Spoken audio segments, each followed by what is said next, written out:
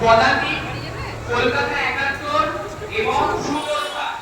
সেই শূন্যস্থানে কোন সিনেমার নাম বসবে যাতে রঞ্জিত মল্লিকের ডেবিউ হয়েছিল টলিউডে। রঞ্জিত মল্লিকের প্রথম ছবি, মৃণাল সেনের কলকাতা ট্রিলজির শেষ ছবি কি? মহানগর। মহানগর।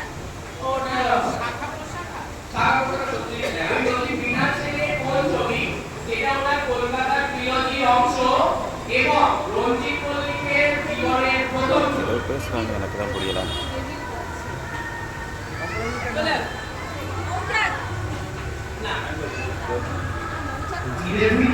একদম দাদা, তোমার নামটা বলতে থ্যাংক ইউ।